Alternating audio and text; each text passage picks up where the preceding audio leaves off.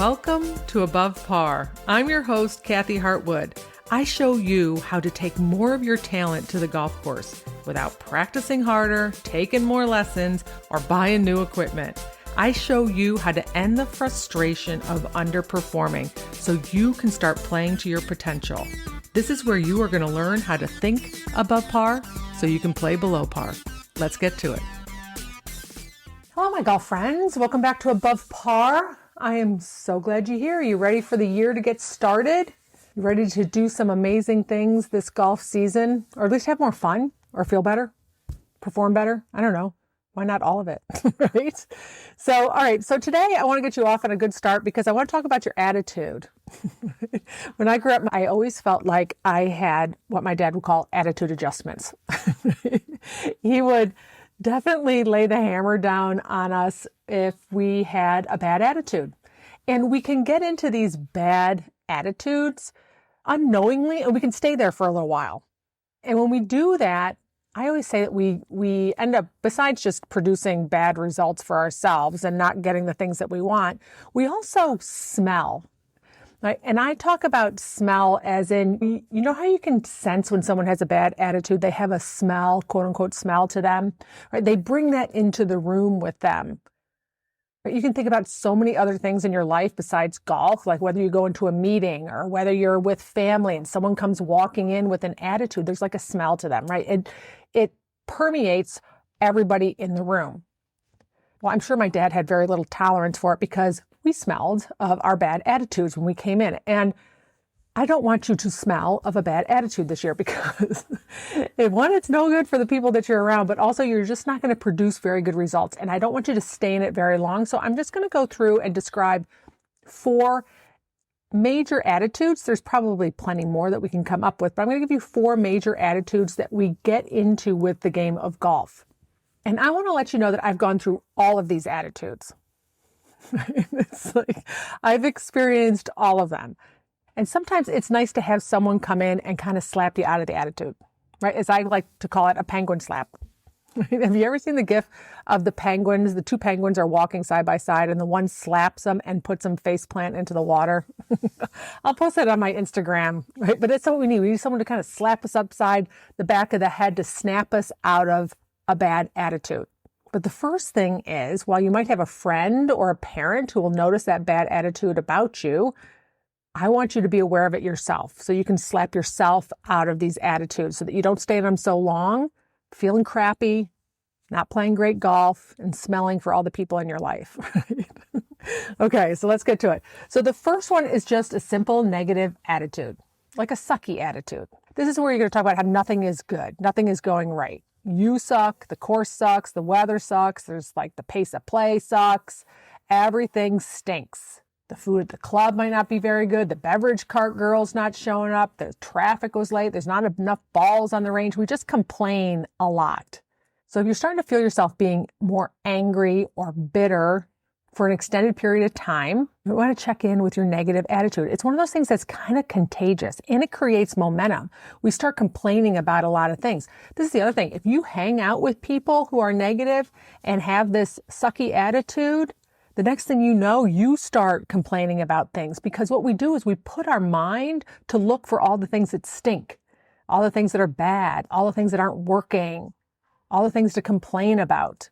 You know these people who complain all the time. They can't smell the roses. All they do is see all the things that are going wrong.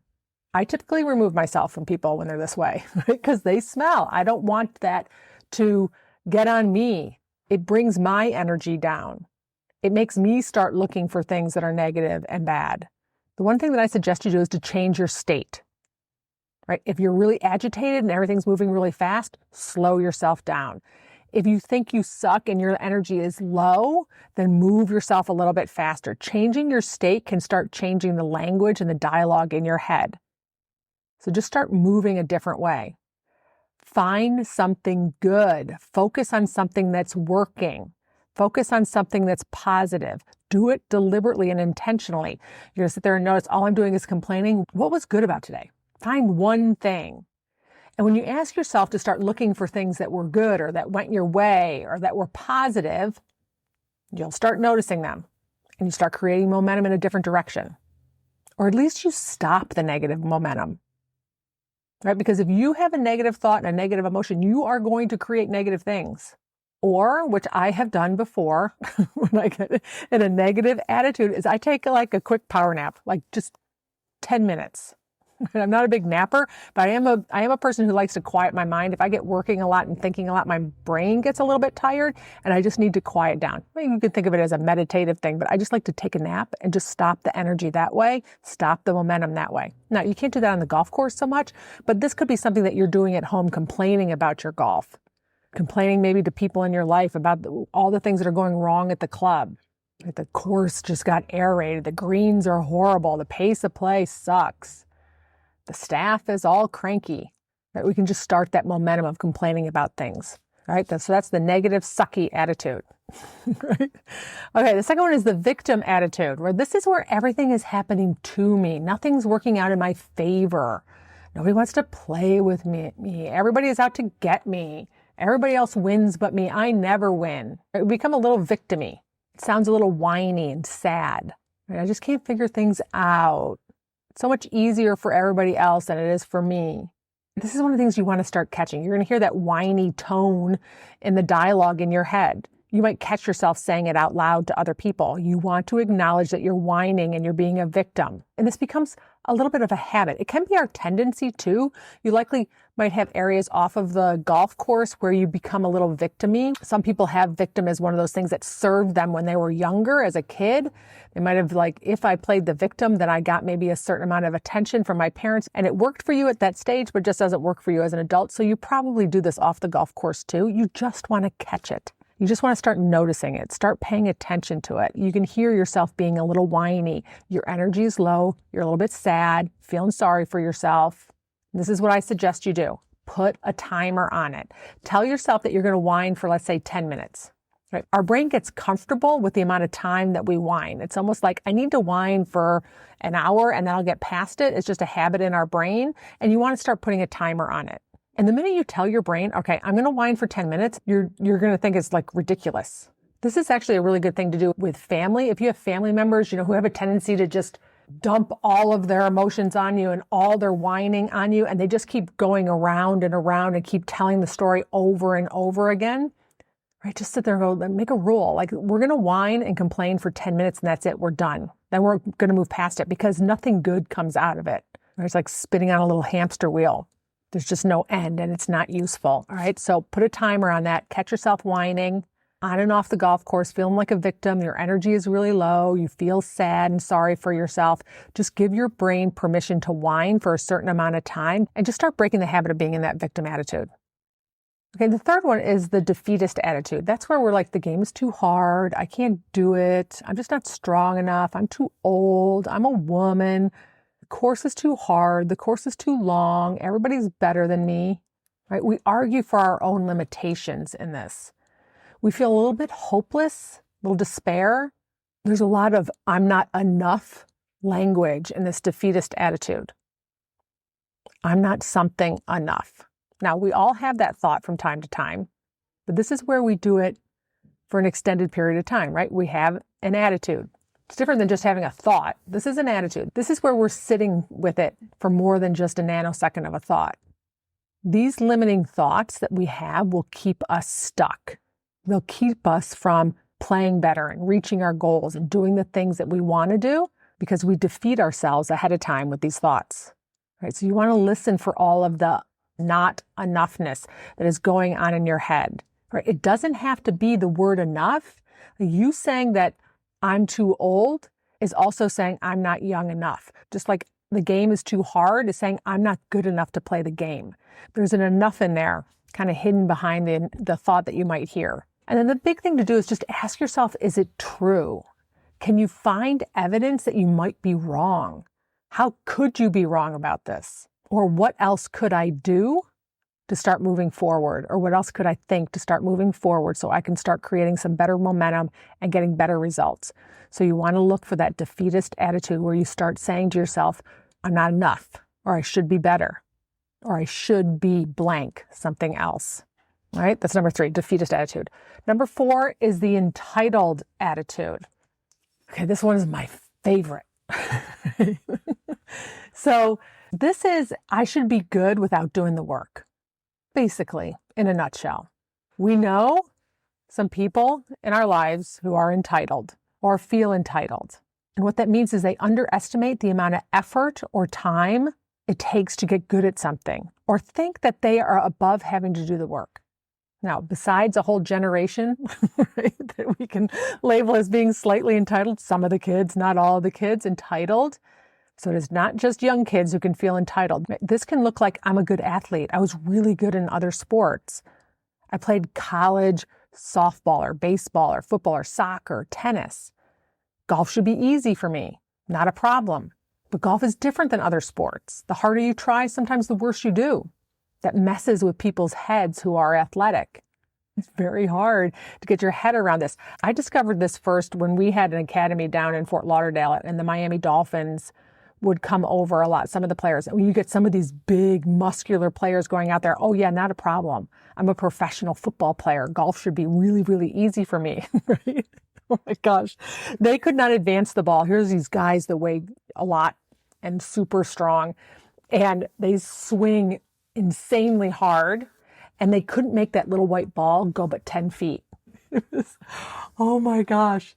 They were so mad. The clubs would go flying down the range. So ticked off. And so they'd swing harder and harder and harder and get super frustrated because they couldn't move that ball, that little ball forward. They felt entitled to be able to play the game. It could also show up as my pro should fix me. I had a lot of people do this when I was teaching for a living. They're like, just fix me right now, fix me. I'm like, well, I have a magic pill for that, but I'm out of stock. There is no magic pill to fixing your swing. You have to put in the work and the time.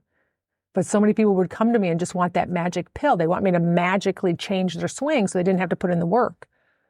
I wish it was that easy, right? We all wish it was that easy.